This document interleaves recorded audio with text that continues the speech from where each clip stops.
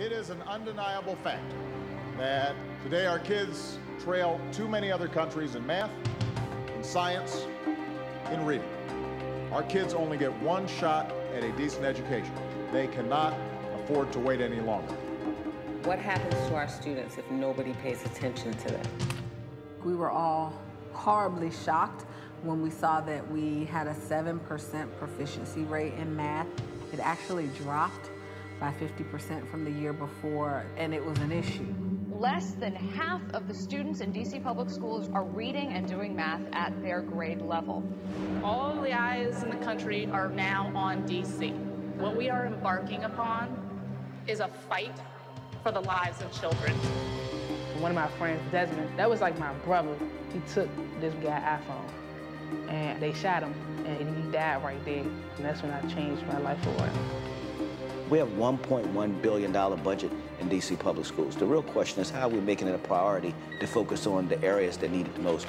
People will judge you all day when they don't really even know who you is. It's like a whole rack of outsiders looking in, but they're looking in like the wrong way. Education is the civil rights. This is the civil rights issue. Civil rights issue of our day. We keep getting bombarded with slogans and ways from outside on how we should improve the inside. Come live here for a while, then tell us how to change it. Come in here, check it out.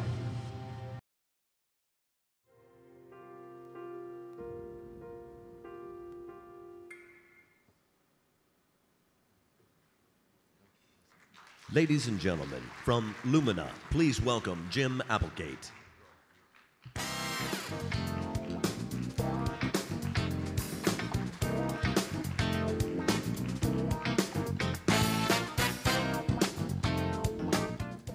Okay, so I get to follow the students and I get to follow the video. So I'm not sure how I got placed here, but this is really great. I am really excited to be here with so many wonderful organizations and inspiring people, especially the students who've come together 1,000 strong here in Washington to reaffirm and work to realize America's promise for opportunity to its youth.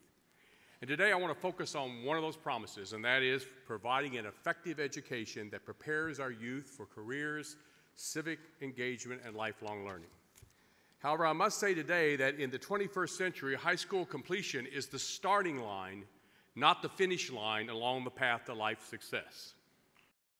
The finish line has changed. Today, anyone who lacks a quality college credential is simply not prepared for a career, for citizenship, or for lifelong learning.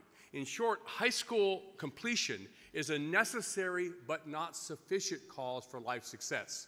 High school by itself, actually in today's 21st century economy, is largely a ticket to being working poor.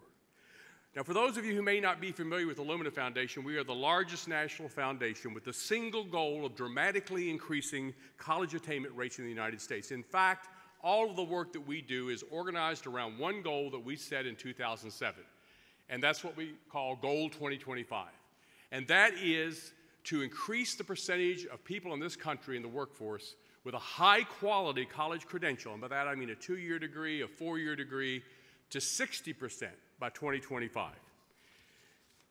Now, Goal 2025 is very aligned with President Obama's goal, which he laid out in 2009 and really set the stage for progress in this country on education attainment. And obviously, it is very aligned with Grad Nation's 90% high school graduation goal. Obviously, to dramatically increase college attainment, we have to do much better at the high school level. Now, I have to tell you that it is the case that for decades, this country has been stuck at about 40% of its population with a college credential. That must change. Now, why is that so important? Because the finish line, again, has changed. Let me just share a few facts that make clear why that is true. In 1980, a college graduate earned 40% more over a lifetime than a high school graduate. That's about right. There ought to be a premium for getting a college degree. And that's about right for a country that's really meeting its talent needs. But by 2010, you see here, that premium was 74% larger. And at the current rate of lack of growth in college graduates, that premium will almost be 100% by 2025. Now, that might be great for the few, the wealthy, and the SAT gifted who get to go to college and get that 100% premium, but for the millions of Americans who are left out of the college mix, that is an economic disaster. Well, I got applause for disaster. That's good. Okay. It is also bad for the economy generally. Any economy that's paying this much extra for a product that is in short supply, that's a very inefficient economy. That money could be invested elsewhere to create new jobs and new businesses. And frankly, I would tell you that it is terrible for the health of our democracy. If you believe, as I do, that there's no greater threat to our social fabric than the growing income inequality that we're seeing in this country, then these numbers should really disturb you because, folks, really, the income inequality gap in this country, because of the figures here as I'm showing you, is largely the result of an inequality in opportunity for education. That's what it's about. Now let me share a couple other facts with you. By 2020, the data is clear, even by 2020, 2/3 of the new and replacement jobs in this economy will require some form of education beyond high school. If we fail to meet that need for talent, our recovery will be all the more slow and painful. Our global competitiveness will be threatened, and millions of our children will be jobless or working poor. Now, speaking of the Great Recession, it only accelerated the urgency to increase the opportunity for post-secondary education.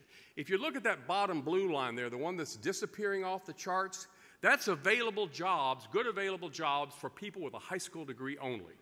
During the recession, our economy lost 5.6 million of those jobs.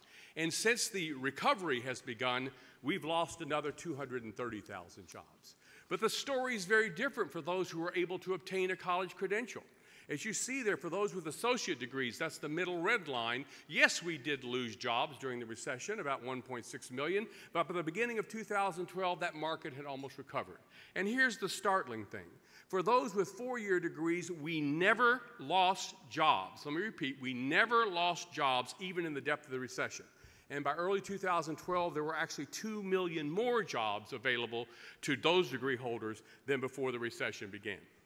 And lastly, I want to show you some data. It's been referenced here several times, and I don't want to repeat it much, but as you know, our gains in college attainment, they've been growing at 0.1%. I would say our good news at the post, you had much better good news about your high school graduation rates yesterday, but our good news at the college rate is this year we actually went up 1%. Okay? So yeah, compared to the 0.1% before that. So I don't want to say there's no progress, but the problem is the rest of the world is surging forward while we creep forward. And so our younger workforce, this is the 25 to 34-year-olds, as you see, is ranked 12th in the world in education levels among developed countries. And all of you out there in various and different states, you know that the governor of Pennsylvania knows he's not competing with just New York and Ohio for jobs. He's competing with Singapore, et cetera. And as you can see here, many of our states are slugging it out with Greece and Slovenia for education bragging rights. This is not a good situation for us. And I'll tell you, I had a conversation with a CEO of a very large major international company, and he said, you know, Jim, he said, I'm an American, my grandchildren live here, I want the best for this country, but this is the CEO of a large corporation. I have to take my jobs to where the talent is to fill them. And let me tell you one truism in life. Wealth follows talent. Now, I know from speaking at places like this and also speaking around the country on this international comparison stuff that's saying the rallying cry being beat Finland. That doesn't exactly, you're not all rising from your chairs. But I think those of us in this room understand the dire implications for our increasing inability to have an education level that is at par with our global competitors. So, at a time when education beyond high school is more important to our children and our country than at any time in our history, and when its importance is growing faster than at any time in our history, we might ask ourselves, as you've asked yourselves around high school graduation, how are we doing in getting our young people to college and getting them degrees and credentials that give them a decent life? The facts, again, give us a clear answer. The 2010 census tells us that among 24-year-olds, this is kind of the post-traditional high school age, 4 out of 5, 79%, of 24-year-olds in the upper income quartile have a 4-year college degree. Forget 2-year certificates, 4-year college degree. We do a darn good job in this country of educating wealthy people. Right? On the other hand, for 24-year-olds among the lowest income quartile, that number is barely over 1 out of 10. So unless you believe that the ability of a young person to contribute significantly to your and my lives and the lives and future of this country is defined by the wealth of the family into which you're born, Houston, we've got a problem. And every time I share that sad statistic of class-based denial of opportunity, I'm reminded of a video I saw right here at this summit in a previous year. And some of you may have been here and seen it. It was the story of a very wealthy family in Alabama whose daughter was bitten by a recluse spider. No one could figure out what the real problem was. She was literally dying. That's a death sentence for young children. And finally, they took her to the emergency room, and this young emergency room physician figured out what the problem was, got her on an ambulance to Birmingham, rode in the ambulance with her, and saved her life. Well, it turns out that by luck, because we don't have a system that would normally make this happen, this young man from a very low-income family in Alabama managed to make it to college and medical school and save the lives of their daughter. And every time I think about the 9 out of 10 low-income students that we toss off the college boat, I am staggered by the cost of the loss of that talent. The numbers of children who were not saved, the diseases that were not cured, the businesses that failed or offshored because of lack of talent, or an entire city and state staggering under the weight of the cost of health care, prisons, and public assistance that come with an undereducated population. Our failure to keep our promise to our low-income children is exacerbated, the problem with that, by the plague our system around students of color. These are the 2009 college attainment gaps disaggregated. Now, overall, our numbers in 2009 were about 38%. But as you can see here, there are massive gaps across the groups here. And again, unless you believe that the color of one's skin determines whether one is, quote, college material, and I had a superintendent tell me one time that some of his students were not college material, then we've got a problem again. And when you go deeper in this data, it's even more troubling. I know after everybody was all excited, I'm depressing you now, right? But we've got even more trouble, which is when we look at the young population, 25 to 29, among Asians and whites, the younger population is more educated than their parents and the older population. The same is not true for African Americans, Hispanics, and American Indians. In fact, we are doing no better or worse with the younger population than we did with the older population. Now, these are massive gaps that have persistently plagued us for decades. This isn't new news. I'm sure you've seen this over the years. These are gaps that are destroying the lives of millions of students among our fastest growing populations. We must ask ourselves why, as a country, we have been so comfortable with these gaps for so long. And we must courageously have conversations about the reality that is probably because our water table is still polluted by strains of racism and classism that lead us to believe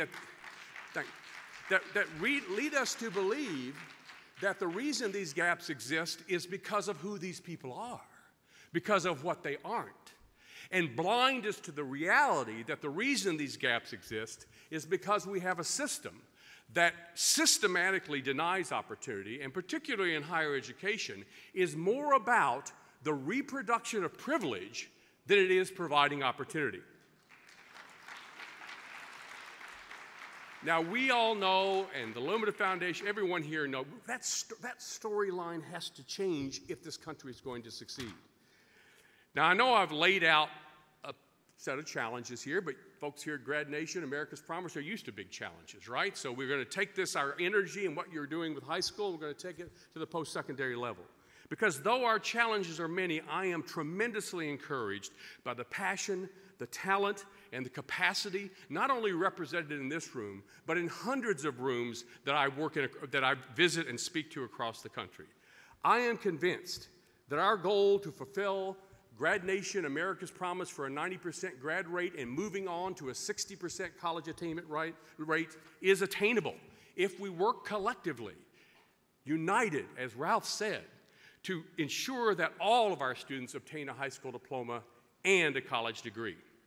Now, it is of this reason that today I am proud to announce a new partnership between the Lumina Foundation, and America's Promise and Grad Nation, where we will fund work with America's Promise to begin to develop a narrative that powerfully conveys the urgency of getting students through high school and onto the college finish line. We will jointly host another gathering, probably not of this size, but another gathering later this year to take that narrative and develop strategies for carrying that out to the education, business, community, political leaders, advocates, parents, and everyday people who must take on the challenge to guide and support our students along the pathway to the new finish line. Now, one of my favorite poets is Adrienne Rich, who sadly passed away last year, and she wrote something decades ago that I think really applies to the work we're all doing here in this room today. She wrote, "The rules break like a thermometer. Quicksilver spills across the charted system. Whatever we do together is pure invention. The maps they gave us were out of date by years. The maps, the stories, the finish lines we've been using are out of date by decades and are taking too many of our students down the path to poverty and despair.